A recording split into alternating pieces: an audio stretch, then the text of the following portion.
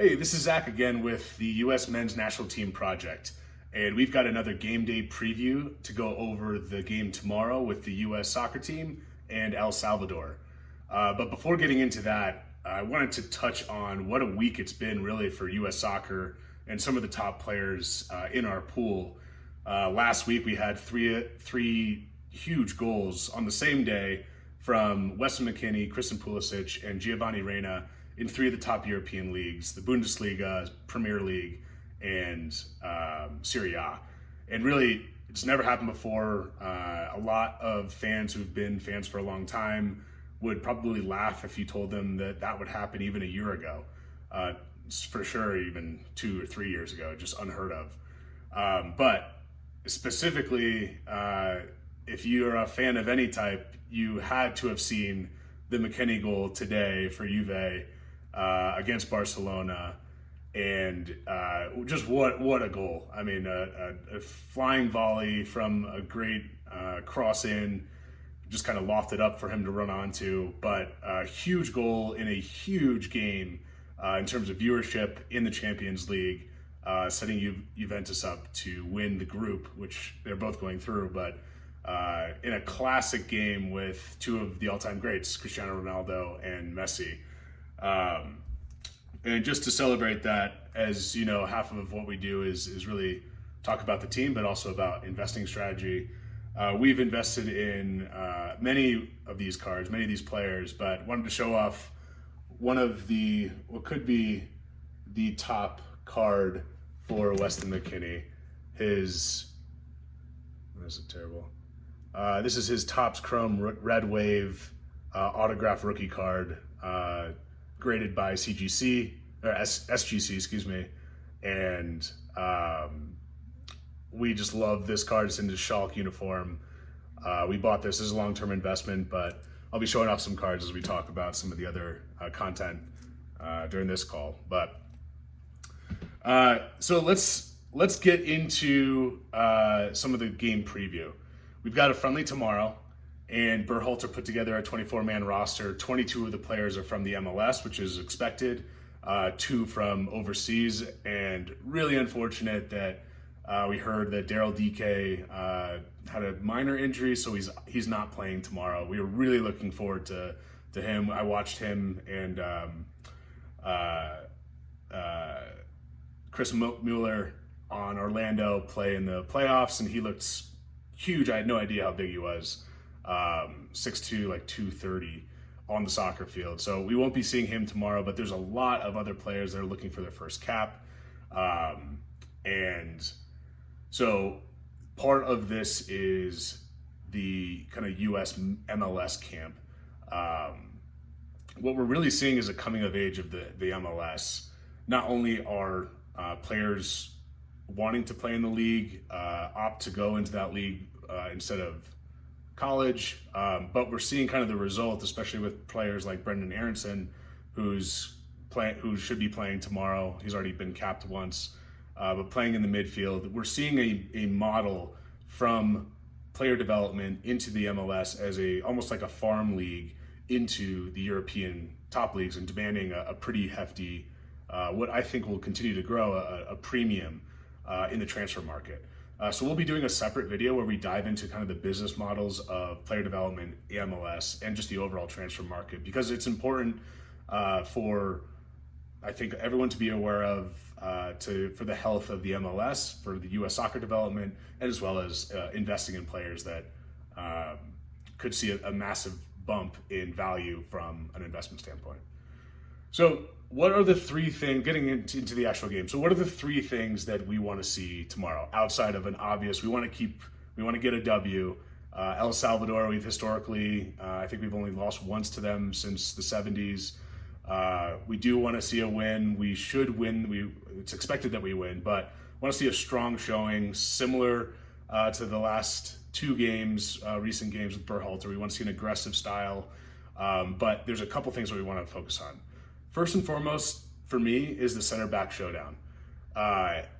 Who's going to play with John Brooks in the back?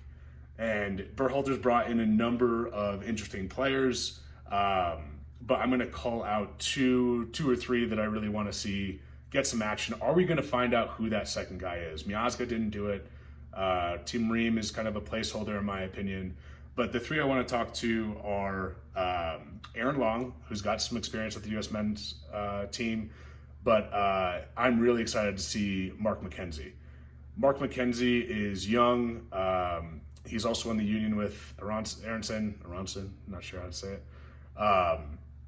But he's also getting interest from the European clubs. Based on Berhalter's style of play, we need someone who could complement Brooks, who's able to deliver a long ball and support what we're looking to see from the right and left back, where they're going up in an aggressive manner. So can we find someone who's showing that level of skill with their feet, as well as vision, and just being stalwart in the back to support Brooks? There's a few other players that I'm interested in seeing. Sam Vines and Walker Zimmerman I'm going to call out. Sam Vines, I'm in Denver, so there's a couple players from the Rapids. Walker Zimmerman won Defensive Player of the Year in MLS. I watched them in the playoffs. They were kind of torn apart later in their last game. But seems like an awesome guy, a good guy to have in the camp. I'm not sure if he's going to be part of the mix long term. He's a little bit older, I'm saying 26, 27. But we'll see how he kind of fits in that center back showdown as well. The second piece we want to see is the striker showdown. Similar to the center back, there were so many good appearances from strikers, and we're seeing quite a different view of depth in our pool than we've ever seen before, where we have really, really talented young strikers all over the place. So, like I mentioned, Daryl DK, I was really looking forward to see him put on the red, white, and blue. He won't be in the game tomorrow, but we've got a couple other guys. Ayo Akinola, Efrain Alvarez. We got Paul Arriola in the camp again. I think it's awesome to see him back. He's gone through a lot to get back, so I'm sure he may even start the game as a nod to his work ethic and what he's gone through. Georgi Mihailovic and Chris Mueller, and of course, late invite Sebastian Soto, who's one of the other two international players who was invited back after he's been having, again, another fantastic week or two with Telstar. So on that front, I'm expecting Ayo Akinola to really stand out. Efrain Alvarez, who's a dual national, we got to understand how he's fitting in here. He's not eligible to represent the U.S., so there just has to be a one-time switch. But getting him in the camp, getting him exposed to the players and the style and what's going on with Berhalter's system, really important. And again, especially with El Salvador as our opponent, I would expect to see 2, 3, 4 of these guys get in the game and see some time and show what they could do. The third piece here, and really the theme of what I see this camp as, is really showcasing the U.S. soccer depth. They just announced the U.S. team's schedule for next year and looking into qualifiers for Qatar 2022, not to mention CONCACAF, Gold Cup, the U23, U20s. There are so many games coming up in the next 12 to 24 months, and we are going to need depth. Depth at every position. Depth with character, depth for injuries. I mean, there's really so much that Berhalter and the staff need to evaluate in not that long of a time. I believe there's going to be another game in January, but as we could all expect, there's going to be injuries, there's going to be fatigue, there's going to be club priorities where players aren't able to break for camp. So a lot of this, Jackson Yueill's back, Cole Bassett, a lot of these MLS players who in general may be viewed as less than European players, I think that's going to continue to blur and fall away. The parity, the MLS is still a number of levels below the European leagues, but in terms of players and experience that just playing gets is going to be factored in here. For example, Zach Steffen, who's been the goalie moving forward, and I think he certainly can be. He's finally going to get his first start in the Champions League for Man City tomorrow. I hope, at least. So we've also got 3 goalies outside of. We got 2 new goalies in this camp, besides Bill Hamid, who have never been capped either. CJ Dos Santos from Benfica, he's the other international, and JT Marcinkowski. I've not watched them. I don't know their level of play, but someone that I really wanted to see in camp that wasn't because of the MLS playoffs was Matt Turner. He actually went to college in my hometown in Connecticut. I saw him play. He put together some fantastic saves. He had one blunder in the semifinal, but really like what I saw from him. So again, just the theme of depth, and something that I want to call out that Tyler Adams was talking about. I'm paraphrasing. He was interviewed and he said that there's really no pressure. The pressure that he feels is not playing for the U.S. team. He feels the pressure from his club teams. He really feels a sense of pride now playing for the U.S. soccer team, and I think it's a huge mindset shift, at least in the last 6 years, where playing for the U.S. national team has been something that's kind of second choice or not thought of as a priority, or something to have fun with and something to take pride in.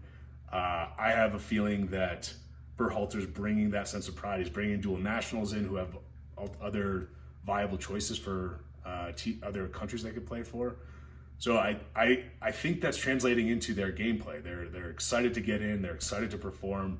There's a healthy level of tension throughout the camp, and I know in the community there's a lot of people continuing to talk about the team and talk about what's upcoming, and it's just I love it. And I think a lot of people are loving it. I took advantage of some of the Black Friday deals on the U.S. soccer team website and got some more gear.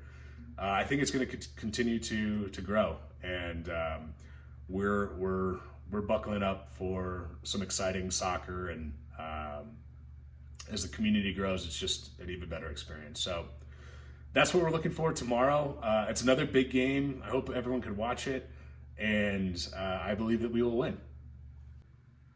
And if you like this content and you like what we're doing, you like watching the U.S. soccer team, you're a fan, hit the subscribe button, hit the like button. We'll be putting out, come after the new year, we'll be doing weekly videos based around different themes, and we'll be announcing that so you guys know what's coming up.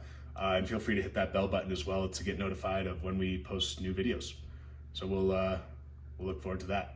Thanks.